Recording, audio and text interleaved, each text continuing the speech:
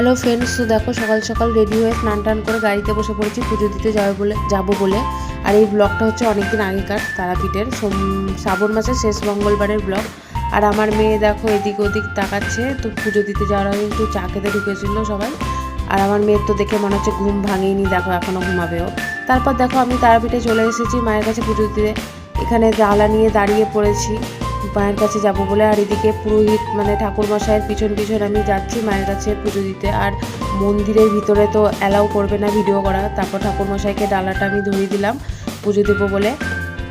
তারপর আসলে গাড়ির পুজো দিতেই আমরা এসেছিলাম তারাপীঠে। দেখো তো ঠাকুরমশাই যেভাবে বলছে আমি সেভাবেই পুজো দিচ্ছি। মানে পুজো তো ঠাকুরমশাই দিচ্ছি, যেভাবে বলছে সেই নিয়মগুলো করছি আর কি। দেখো আমি ধূপকাঠি চারিদিক দিয়ে ঘোরাচ্ছি, ঠাকুরমশাই যা বলবে তাই করছি। আমি চারিদিক দিয়ে ঘোরাচ্ছি। আর সেদিনকে খুব গরমও পড়েছিল। আর তারাপীঠে সবসময়তেই গরম থাকে গরমের সময়। আর ওখানে দেখো ঠাকুরমশাই একটা কাপড়ের মধ্যে কি পাচ্ছে, আর আমাকে বললো ধূপকাঠিটা ওই মাটিতে গুঁজে দিতে, তো আমি সেটাই করলাম।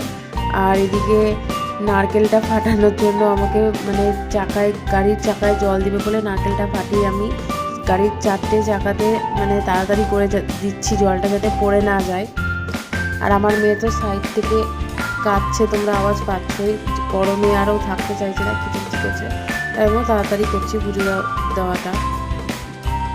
তো 4টে চাকাতে ভালোভাবেই আমি জলটা দিতে পেরেছি, একটুও পড়েনি আর কি।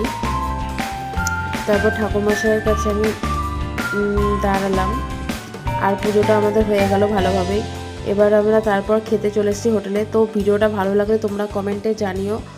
তো যদি ভালো লাগে কমেন্টে জানিও। তো আজকের মতো টাটা, বাই।